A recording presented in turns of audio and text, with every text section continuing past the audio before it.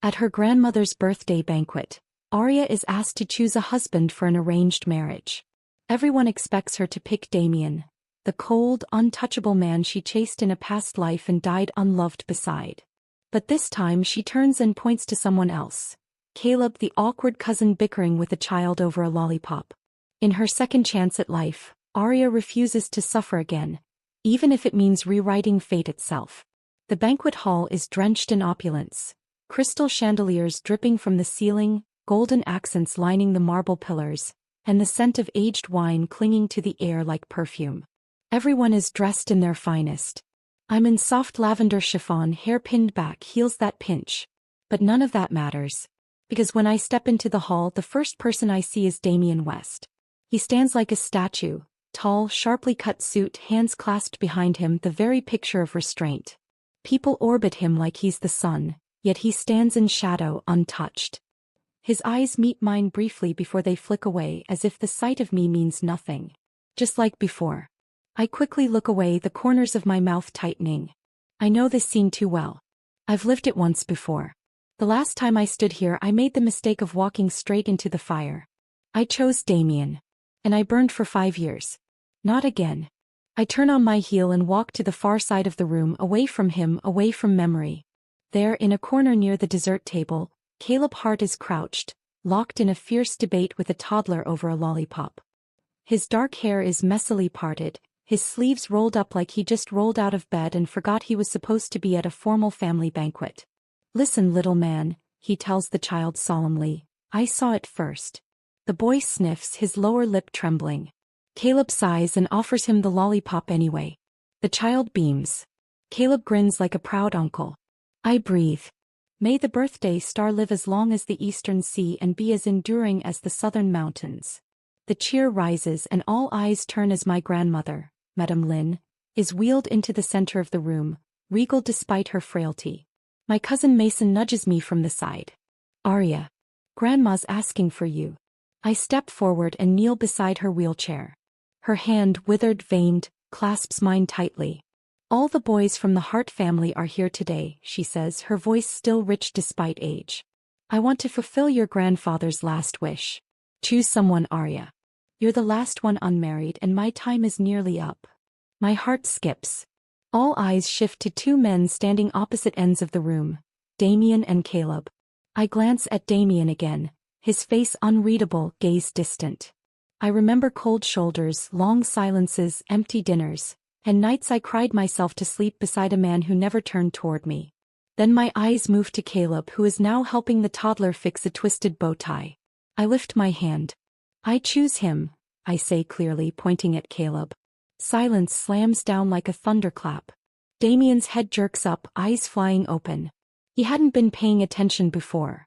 Of course not. He never did. But now he's staring at me like I've grown horns. A few murmurs ripple through the crowd.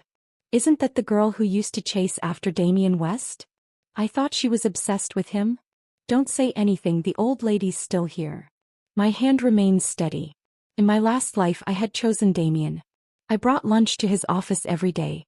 I waited outside his building in the rain on holidays, birthdays, always hopeful. He never once let me in. Never once took a bite. He married me because Grandma was dying. He stayed cold even on our wedding night. And when he brought another woman home and dared me to react, I still tried to endure. For dignity, for illusion, for love that never existed. I died beside him. Not loved. Just tolerated. Never again. Grandma smiles, eyes glistening. "Caleb," she calls out, her voice trembling with hope. "Come here." Caleb freezes mid-bow tie adjustment. "Me?" he squeaks, voice cracking like he's 13 again. "Yes, you," I murmur under my breath. "Please don't say no." He walks forward awkwardly, eyes darting between me and Damien. There's a childlike honesty in his confusion. "You chose me," he whispers, blinking like I just told him he won the lottery he never entered. A little too loud, he adds, "Seriously?" The lollipop in the toddler's hand accidentally flies into his own. The child bursts into fresh sobs. Caleb yelps and hurriedly clamps a hand over the boy's mouth, looking like a deer caught in headlights. A snort echoes across the room. Damien's laugh, cold, amused, cruel. I ignore it. "Caleb," I say softly, Do you agree? His gaze lingers on mine, the room forgotten. My palms sweat, waiting. If he says no, I have no plan B. Grandma has days left, not months. I need this, for her if not for me. He nods slowly. Yes. I do. My breath escapes in a rush. Grandma claps once, delighted. It's settled. Someone bring champagne. The crowd bursts back into motion. Toasts are made. People pretend to smile. Damien walks off without a word. When the ceremony dies down, I walk to Caleb and pull him aside. Thank you, I say. You didn't have to do that. He scratches the back of his neck. You looked like you needed saving. I figured, why not? It won't last, I tell him, needing him to understand. Once Grandma passes, we can pretend it never happened. He frowns. What if I don't want to pretend? I blink. He runs off suddenly and I'm left stunned. 5 minutes later he's back, with a dusty cardboard box in his arms. He opens it in front of me like a magician revealing his secret weapon. Inside are awards, certificates, a property deed, 2 car keys and a bank card. I'm not just a sugar-happy man-child, he says seriously. I may look like a disaster, but I'm a functioning disaster. I majored in computer science. I built 3 mobile games. Sold 2. This is what I earned. I stare at him. I don't want you thinking you chose a deadbeat, he adds, a little breathless. You can use the cars. The apartment's decent. There's not a ton in the account, but I'll earn more. I promise. Caleb. I start, overwhelmed. I'm not saying this to make you uncomfortable, he adds quickly, words tumbling out. I know you might still love Damien. I know this might be a temporary act. But you chose me, so I'm going to show up. That's just how I am. He pushes the box into my hands and walks away before I can say anything. For the first time in 2 lives, I feel something strange. Hope. It wasn't until I returned to my room that the weight of what I'd done finally hit me. I had chosen Caleb Hart. Not Damien West. My heart wasn't racing with fear. It was calm. Steady. Like I'd finally closed a door that had remained open for far too long. I opened the curtains and let the moonlight spill in. The estate was quiet, the banquet now just muffled laughter and distant glasses clinking. From this far up, the lights looked like fireflies.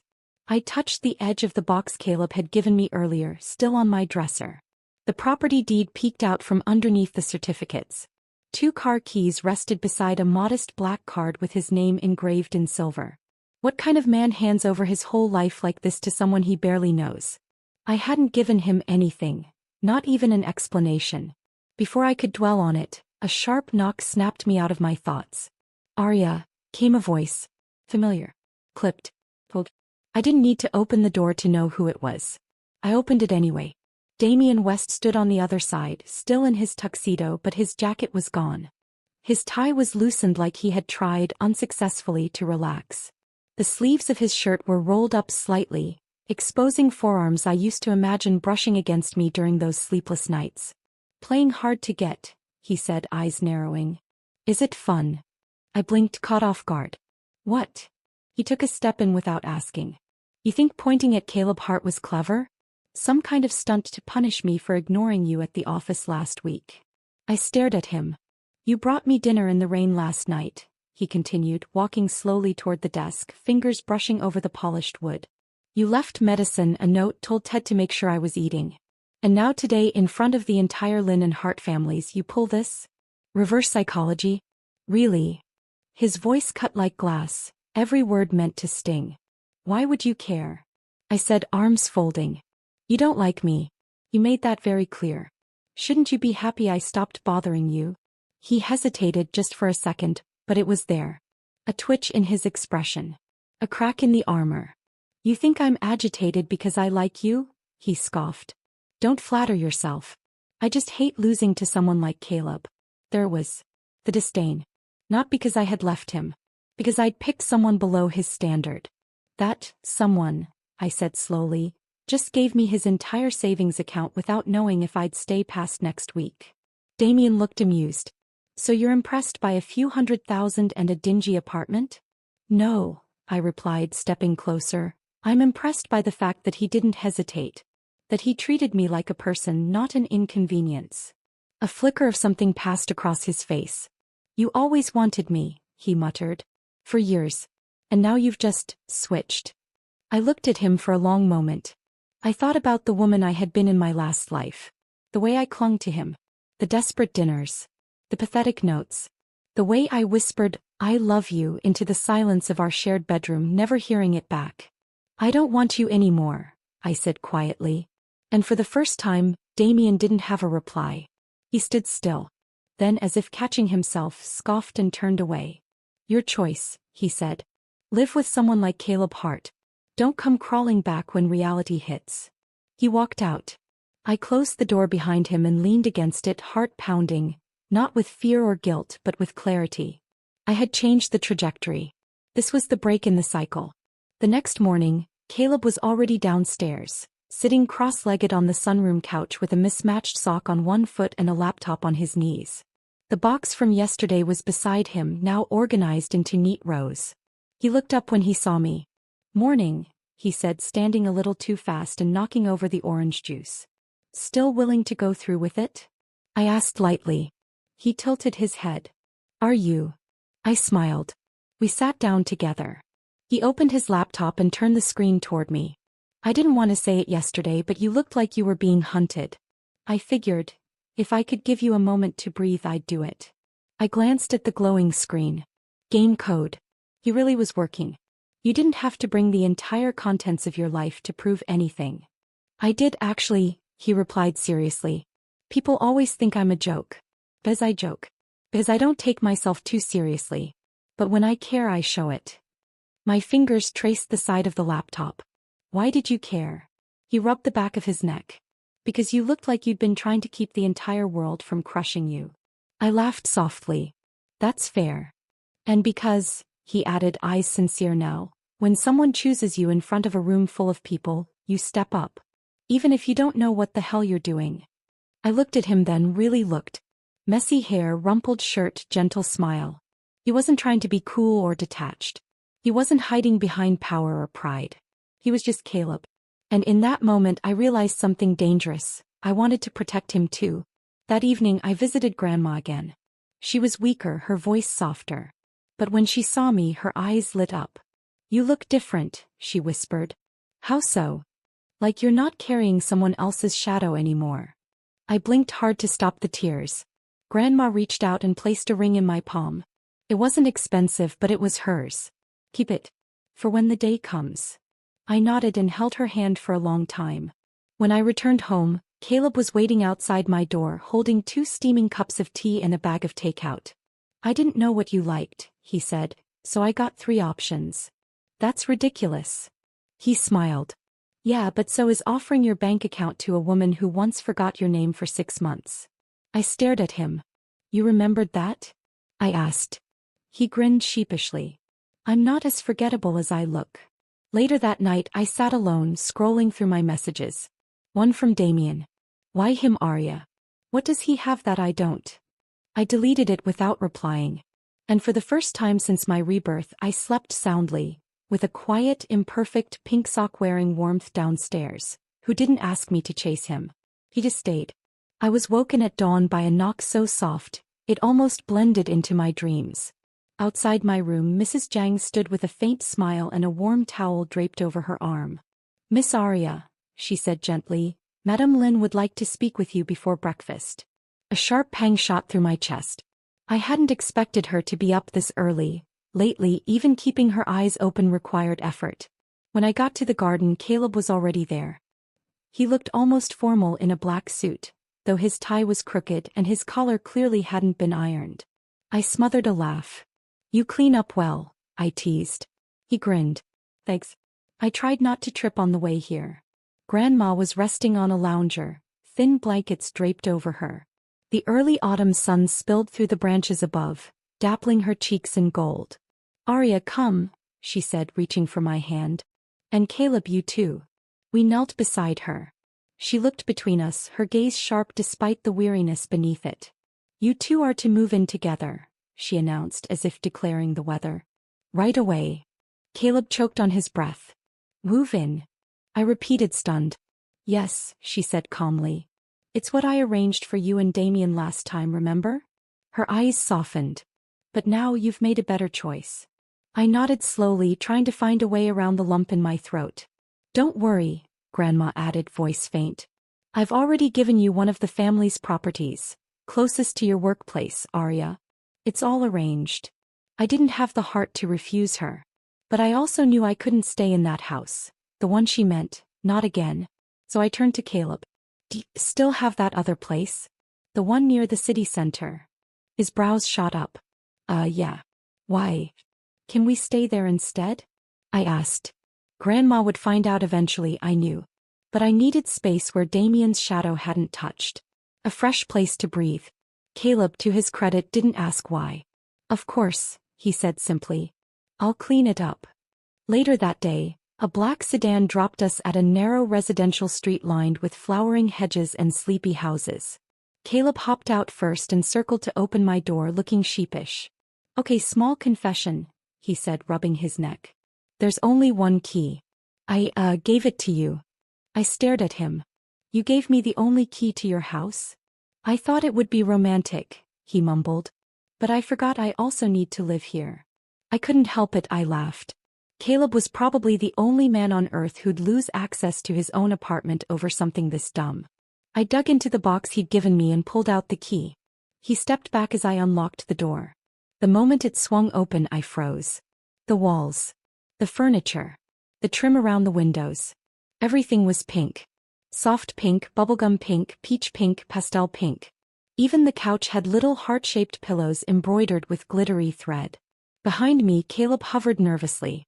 You don't hate it? I turned to him slowly. You like pink? He flushed crimson. Look, I got a deal on the furniture when I moved in and then it kind of spiraled.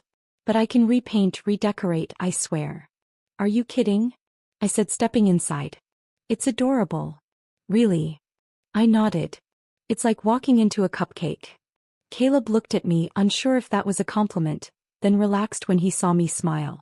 I wandered through the house. Kitchen with pink mugs, bathroom with pink towels, bedroom doors painted a faint rose. It was almost over the top, and somehow it made me feel warm.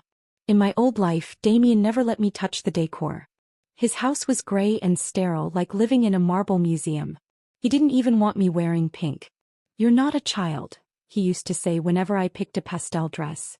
Back then, I thought sacrificing my preferences was a small price to pay to be loved. Now, standing in a hallway where even the picture frames were pink, I realized how deeply I'd buried myself just to match someone else's idea of dignity. Which room is mine? I asked. Caleb pointed toward the guest room. That one. I already cleaned it. I don't really sleep here much. I work late a lot. You sure you don't mind me invading your space? He gave me a quick smile. You're not invading. You're the reason this space feels real now. That night I unpacked slowly. The house wasn't big, but it had a strange charm. Mismatched light switches, a shelf full of random trinkets, a lava lamp on the nightstand. Around 9, my stomach growled loudly enough to shame me. I padded out into the kitchen and stopped short. Caleb stood at the stove in a pink apron, flipping scallion pancakes like a professional chef. A pot of milk simmered beside him. You didn't eat dinner, he said over his shoulder. Fridge is empty, but I had flour and spring onions. You cook. He shrugged. My mom's a foodie. I'm the only one who didn't burn water. He slid a plate of hot pancakes in front of me, then poured a glass of warm milk. Eat. You're not allowed to sleep sad or hungry. I sat at the small kitchen table, steam rising to meet me. In my past life, no one had ever cooked for me. I had delivered food to Damien's office, ordered takeout when he forgot to eat, even packed bento boxes that went untouched. Now a man stood across from me, quietly watching to see if I liked his pancakes. They're really good, I said between bites. Caleb lit up. You're not just saying that? Nope. I'm not that nice. He looked pleased with himself, like he'd just unlocked a life achievement. As I sipped the milk, a warm calm crept over me. Not desire. Not infatuation. Just safety. We settled into a quiet rhythm over the next few days. In the mornings, Caleb made terrible coffee but great toast. At night, he'd leave herbal tea by my door without a word. We didn't talk about our arrangement. There was no pressure. No expectations. And that made it all the more dangerous. Because with every gesture, The neatly folded towels, the extra charger he left near my bed, the way he always remembered I hated coriander. I started to feel something terrifying. I started to hope. One morning, I caught him outside the guest room, trying to fix a light bulb with a spatula because he couldn't find a ladder. "You're going to die," I said flatly. "It's called innovation," he muttered, wobbling on a chair. "It's called idiocy." I'm multitasking. Holding the spatula, balancing on one leg. Wait, whoa. He nearly toppled over and I had to grab his shirt to steady him. He looked down at me, breathless. "Thanks," he said. "I owe you my life. Don't let it go to your head." His grin was boyish, sincere. Caught me off guard. "You're smiling," he said, studying me.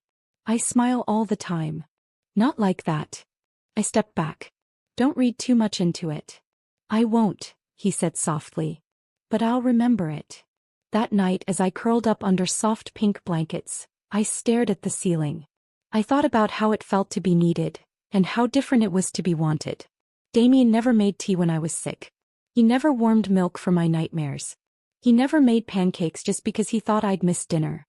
But Caleb wasn't trying to win anything. He was just here. And that made all the difference.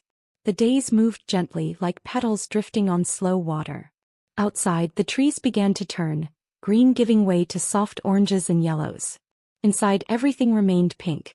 And quieter. Madame Lin had started to sleep longer. Some days she barely opened her eyes. But every time I visited, her grip on my hand was strong, deliberate, as if reminding me that she hadn't left me yet. Caleb always came with me. He never said much, just stayed close, nodding politely to the nurses and whispering corny jokes under his breath to make me smile as we walked out. I didn't ask him to come. He just did. He never made it feel like charity or duty. And for someone like me who once mistook cold compliance for love, that meant everything. One Saturday we went to a small family-run restaurant tucked behind a bookstore. One of Caleb's secret places, as he liked to call them. The lighting was warm, the smell of sesame oil thick in the air.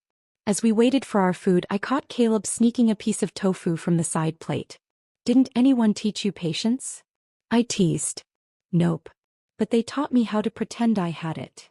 He grinned with his mouth full. Before I could respond, a surprised voice broke through the noise. "Miss Lin." I turned. Lucas Reed, Damien's longtime assistant, stood by our table clutching a takeout menu. His eyes widened as they darted between me and Caleb. "Miss Lin. What a coincidence." "Lucas," I said cautiously. "Hello." He took a step closer, lowering his voice. "This is perfect. I've been trying to reach you." "Why?" "It's Damien," he said, glancing around nervously. "He hasn't eaten anything all day. He's locked himself in his office and refused every meal I've brought. Breakfast, lunch, everything, rejected. You know how he gets when he's angry. But this time..." I raised an eyebrow. "Lucas." He paused. "I just thought..." His words trailed off before he forced them out again. "You always knew what to send him.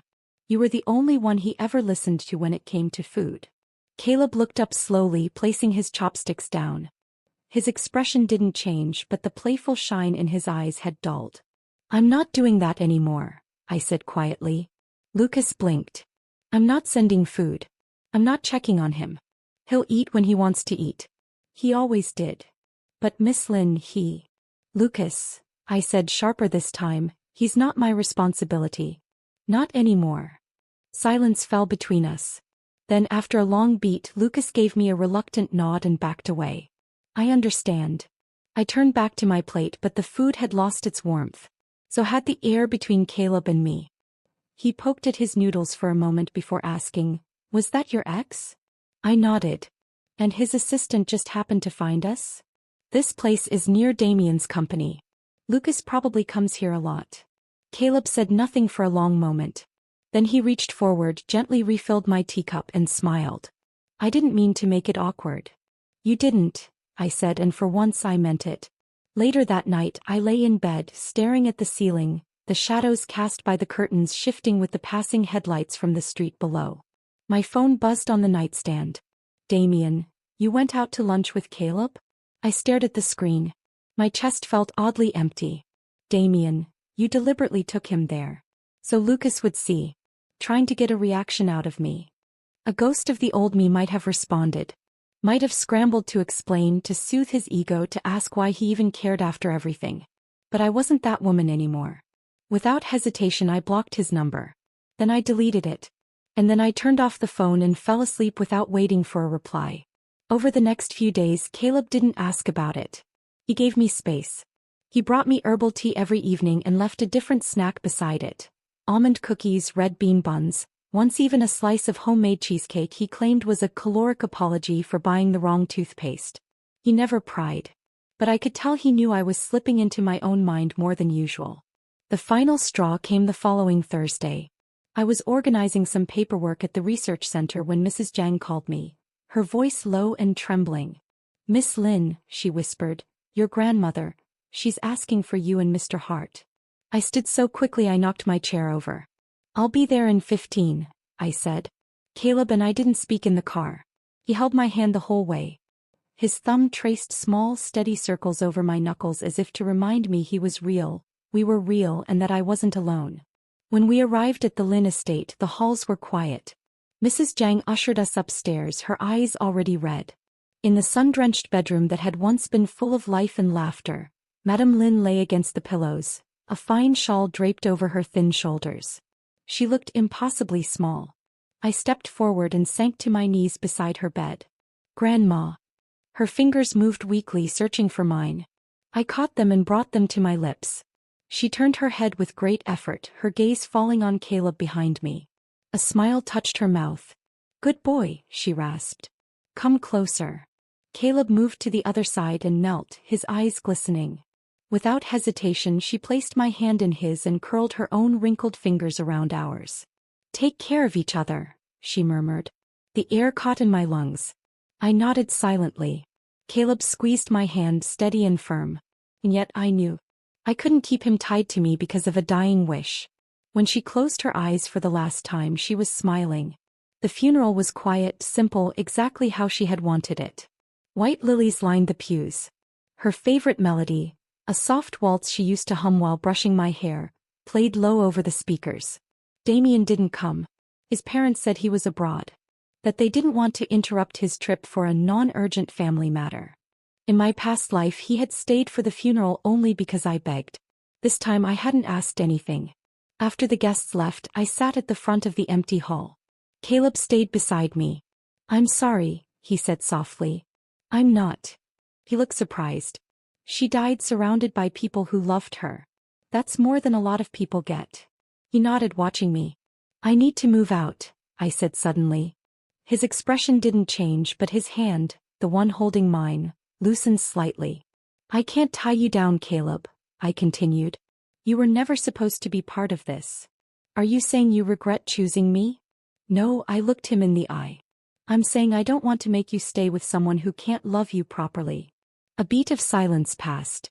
2, 3. Then he let go of my hand and leaned back in the pew, staring up at the stained glass ceiling. "Okay." That's all he said.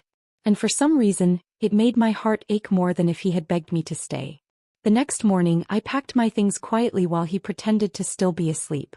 Mrs. Jang came to collect a few last items from the estate and handed me a small envelope. "Your grandmother left this for you." Inside was the deed to a small apartment near my research center. The one she had promised. She knew I'd need it. That I'd try to run. That I'd try to start over. Again. I moved in that afternoon. It was small. Bright. Sparse. And yet, for the first time in both my lives, I had a space that was mine alone. No Damien. No guilt. Just silence. The funeral haze hadn't lifted when I collapsed. It happened just 2 streets from my new apartment. The weight of grief, too many sleepless nights, and barely eaten meals finally caught up to me. One moment I was walking home, keys in hand. The next, the world was tilting sideways, and then, nothing. When I came to, I was lying across the back seat of Caleb's car. He was shouting something to the driver, his voice cracked and uneven. A hand was on my forehead, hot with worry, trembling slightly. "Arya," he whispered like he was afraid to speak louder. My eyelids fluttered open. The sky outside was pale and cold, framed by the narrow window. I tried to move, but my limbs were leaden. "Don't take me to the hospital," I managed, my voice barely audible. Caleb leaned in. "What?" No hospital. Please. But. The smell, the machines. I can't, I said weakly. Not again. His jaw tensed. I could tell he wanted to argue. Please, I whispered, eyes closing again. He didn't say anything. Just turned to the driver and gave a new address. I awoke hours later in a bed that smelled like sugar and cotton. Caleb's apartment.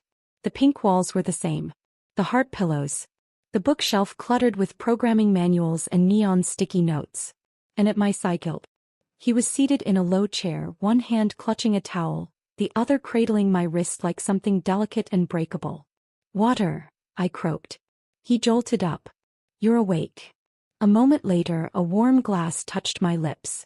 I already had a doctor come by, he said as I sipped. You fainted from exhaustion. Dehydration. Grief. Stress. All of it. I tried to apologize. I wasn't even sure for what. He shook his head. Don't you dare. Just rest. The next 3 days blurred. I drifted in and out of sleep. Fever dreams gave way to quiet mornings where Caleb read work emails beside me while tracking my temperature. Even when I stirred faintly, he noticed. He'd adjust my blanket. Press a hand to my forehead. Whisper soft reassurances I wasn't even awake enough to respond to. I hadn't been cared for like this since before my parents died. Not even Damien in all our years had looked after me when I was sick. I'd once run a fever so high I hallucinated shadows on the walls. He didn't come home until the next evening. He'd stood in the doorway and asked, "Are you seriously still in bed?" I blinked away the memory and looked at Caleb.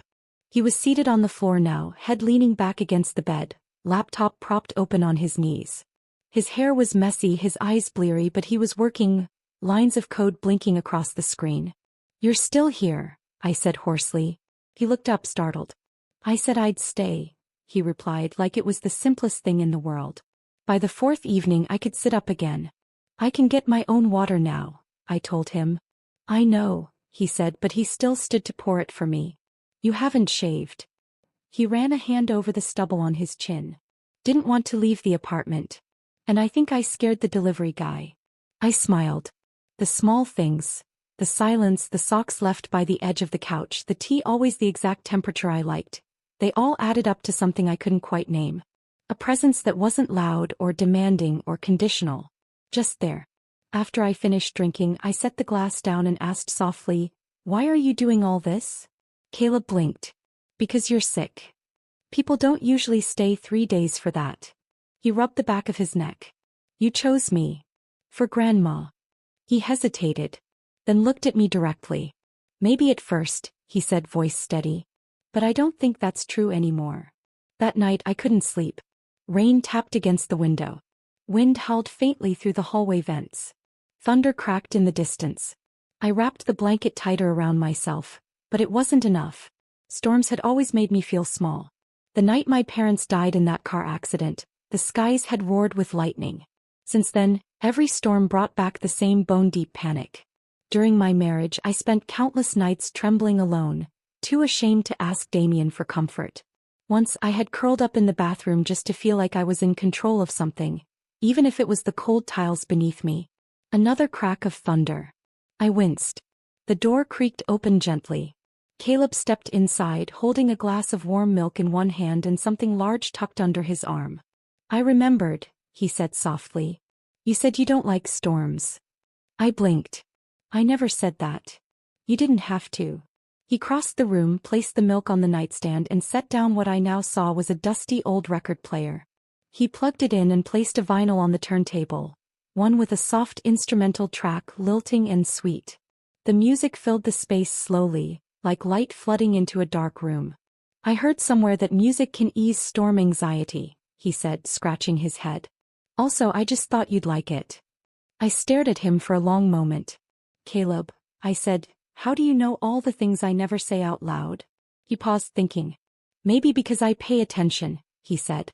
"And maybe because I know what it's like to be invisible." He left the room after that, giving me privacy. But I couldn't sleep. Not because of the storm this time, but because of the quiet swelling in my chest. Something warm. Dangerous. Soft. I hadn't asked him to care. I hadn't expected him to stay. But he did. Without questions. Without promises. Without demanding I return anything. By morning I was well enough to move around. I crept out of bed to find Caleb already awake, sitting cross-legged on the floor, scribbling game design notes in a notebook that looked like it had been chewed by a raccoon. "You're up," he said brightly, springing to his feet. "Do you want to take a short walk? Just to get some air?" I nodded. We wandered the block together under a gray sky, the rain having stopped some time before dawn. I wasn't sure where this was all going. I didn't know what we were. But for once I wasn't afraid of the uncertainty. Because maybe, just maybe, being cared for, even without labels or guarantees, was enough to begin healing. The first sign was the coffee mug. Caleb always poured too much sugar into mine and I always teased him for it. But one morning I found it sitting on the counter, untouched. His mug. Mine wasn't there. Instead there was a clean one in the cabinet, pristine, sterile. He was giving me space. Because I had started pulling away. And he noticed. I wasn't sure when it started. Maybe after the storm. After the music. After he whispered words that made me feel warm and afraid at the same time.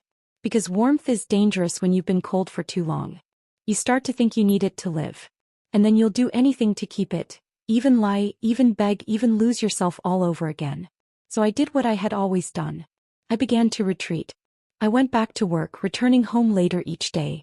I skipped our silent dinners and left notes instead. Working late, 8 already, don't wait up. And Caleb didn't say a word. He didn't question me. Didn't press. But his eyes, those bright, thoughtful eyes, dimmed just a little every time I walked past him without looking up. He brought me tea once, a few nights in. I was sitting by the window, pretending to be absorbed in a book I wasn't reading. He set the cup down beside me. "No sugar," he said, voice quiet. "Figured you might want something plain tonight." I nodded without meeting his eyes. He didn't try again. One night, alone in my apartment, I opened a dusty photo album from years ago. A child's party. A banquet. Somewhere between the loud laughter and formal gowns, a tiny version of me stood in the background. Awkward, silent, stained dress and all. I remembered that night. I'd been mocked by a group of kids for being the quiet girl with dead parents. Someone had spilled wine on me on purpose. Everyone had laughed. And just when I was about to burst into tears, Damien had walked in. He hadn't said much, just grabbed a napkin, tossed it to the boy and told him to clean it up. "Apologize," he'd said. And the boy had listened. Damien had been the first person to defend me when no one else did. I was 9. He was 13. And from that moment I followed him around like a shadow, believing that single act of protection meant something greater. I mistook decency for affection. And I built a lifetime of heartbreak on top of it. The next morning I stood in the kitchen watching Caleb fry eggs, humming softly under his breath. He didn't notice me at first. Or maybe he did and just didn't know how to greet me anymore. His back was to me. His posture, usually relaxed, was stiff, measured. I realized I missed his rambling morning stories, the way he always found a way to ruin pancakes but still insisted they were rustic. I missed the version of myself that laughed with him. But the fear had already sunk in too deep. "Caleb," I said, my voice more brittle than I intended, "I think I should move back to my apartment." The spatula in his hand froze mid-turn. He didn't look back. Didn't speak. "I appreciate everything. Truly. You've done so much. But I think I need time. Alone." A long silence passed. Then, "Okay." Just that. No questions. No protests. Just quiet heartbreak wrapped in a single syllable. I wanted him to argue. To ask why. To make me explain what even I didn't understand. But Caleb, in his infuriating kindness, respected me instead. He turned the stove off, moved the pan aside and said, "When would you like to go?" The pink house felt colder when I packed. I left behind the tea he bought, the lollipop jar he filled for fun, the heart pillow he once tossed at my head during an impromptu pillow fight. I left behind comfort because I didn't know how to stay without expectations. He didn't help me carry my bag. But he did hold the door open when I stepped outside. And when I turned back, unsure what to say, he gave me a small, tired smile. "I'll still make pancakes on Sundays," he said. "Just in case you ever feel like coming back." I didn't respond. I just walked away. That night, alone in my apartment again, I stood by the window, watching the city blur through fogged glass. I remembered the last days of my marriage to Damien. how silence had filled every corner of the house. Not peaceful silence, the kind that suffocated you. And I realized I was doing it again. I was letting silence speak for me when I didn't have the courage to say I'm scared. Because what if Caleb left? What if he stayed? What if he was too good to be real, and one day he changed like Damien did? I didn't want to be a shadow again. So I had run. The next few days passed in a dull rhythm. Work, sleep, repeat. Until one night after a long shift, I came home and instinctively looked toward the kitchen counter, expecting a cup of tea. It wasn't there. Of course it wasn't. This wasn't that house anymore. But I felt the ache anyway, like a missing tooth, small and persistent. I opened the fridge. Nothing. I had forgotten to buy groceries again. I sank onto the couch and stared at the ceiling. In Caleb's apartment there was always food. Always music. Always light. Here there was just me. The next morning I texted him. "Are you okay?" The message remained unread. I stared at it, uncertain if I should regret sending it, or sending it so late. I didn't want to ask for him back. I didn't want to ask him to wait. I just wanted to know he was okay without me. The wind was sharp that evening. One of those bitter city nights where the cold felt personal, like it had a vendetta. I pulled my coat tighter as I stepped out of the lab, eyes stinging from hours of blue light and stress. I didn't expect to see him there. Damien. Leaning casually against the lamppost near the gate of my workplace, hands in pockets, posture familiar, infuriatingly composed. "What are you doing here?" I asked without stopping. He pushed off the post and started walking beside me, matching my pace. "I heard about your grandmother. I was overseas. No one told me until after the funeral." "I know," I said coolly. "That's how your family preferred it." Pause. "I would have come back." "You didn't," I said simply. "And it's fine. You weren't needed." He looked at me then, his mouth tightening. "You've changed." "I had to," I said. "Some of us don't have the luxury of staying the same." We walked in silence for a few more steps before he said, "Do you still live with Caleb?" I stopped. "Why does that matter?" He didn't answer immediately. "You chose him to fulfill a dying wish. But now she's gone. You're free." I turned to face him fully. "Is that what you think? That I was just waiting for the chance to come running back to you?" His gaze flickered, a brief crack in the armor. "I just thought, maybe without the pressure." "Damien," I said quietly but firmly, "I don't love you. I haven't for a long time." He flinched like I'd slapped him. And before he could gather himself for a rebuttal, I stepped back. I didn't choose Caleb out of obligation. I stayed because when I was falling apart he sat by my bed for 3 days and didn't move. Because when I was afraid of thunderstorms he played old music and stayed outside the door all night. Because he didn't ask for anything back. I shook my head.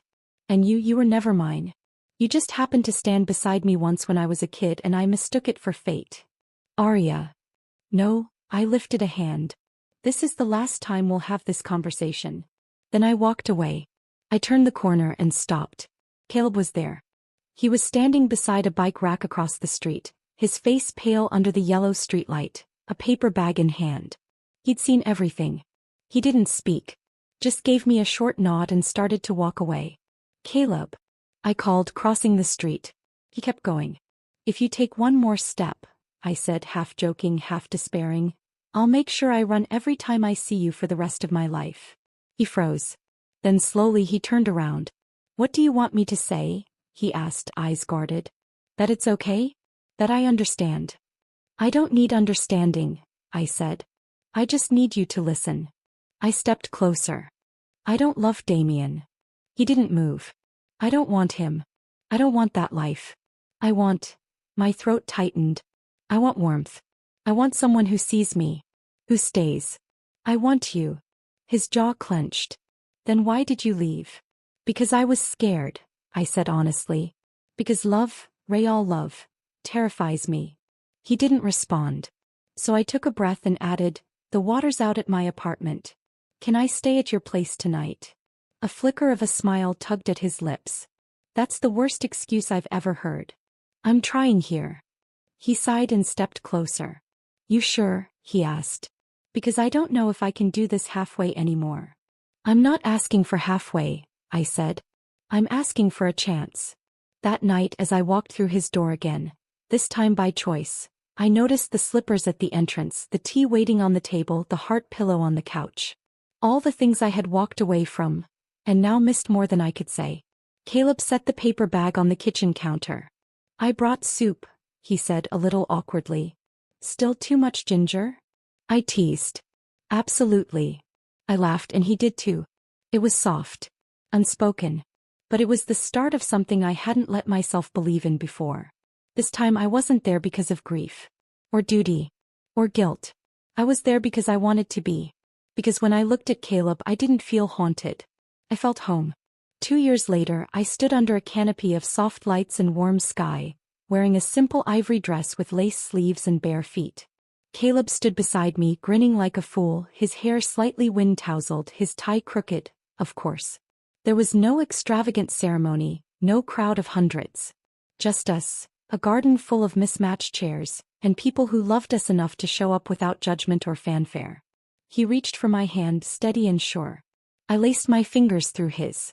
He was still the same man who'd once panicked over a lollipop and spilled soup on my favorite shirt. But he was also the man who had quietly stitched the pieces of me back together. Not because he was trying to fix me, but because he never asked why I was broken in the first place. When the officiant finally said, "You may kiss the bride," Caleb leaned in and whispered, "So, do I get to kiss you every day now?" "You already do." He laughed. Then kissed me anyway. Halfway through the evening, just as I was slipping my heels back on, Caleb's expression shifted. I followed his gaze. Damien's parents. They stood at the edge of the reception, awkward and stiff. His mother whispered something to his father, and in the next moment, they turned and left hurriedly. Caleb raised an eyebrow. Before either of us could ask, Lucas, Damien's former assistant, approached looking pale. "May I have a word?" I nodded. We stepped to the side and he lowered his voice. "It's Damien," he said. My stomach clenched. "He tried to take his life this morning." The air shifted. "He was rescued. Stable now. But his parents received the call during the ceremony. They didn't want to cause a scene." I didn't know what to say. "He left a note," Lucas continued. "Not much. Just said he couldn't stop thinking about the past. About what he threw away." I nodded slowly. "Thank you for telling me." Lucas hesitated. "He's leaving the country. His mother said she begged him to start over. To stop clinging to what he can't undo." "And will he?" "I think so." We stood in silence for a moment longer before I quietly returned to the reception. I didn't tell Caleb. I didn't need to. He caught my eye as I approached and simply opened his arms. I walked into them, the softest place I had ever known. 5 years later. It was a normal Thursday. The sun spilled through the window of our shared kitchen. Caleb was trying to fix the coffee machine he had already broken twice. I was reading a recipe I knew we'd both mess up together anyway. My phone buzzed on the counter. A single message from an unknown number. "I'm sorry. No name. No punctuation. Just the echo of something old." I looked at it for a moment. Then pressed delete. Caleb turned toward me, holding 2 steaming cups of what smelled suspiciously like burnt espresso. "I think I made it worse." "You think?" He smiled sheepishly. "You still stuck with me." "I did," I said, taking the mug. And I meant it. Because I had spent a lifetime confusing love with sacrifice. With chasing. Pleading. Suffering. But Caleb had taught me something else. Love didn't have to be earned. It didn't arrive with noise or grand declarations. It showed up with warm milk during storms. With too much ginger in soup.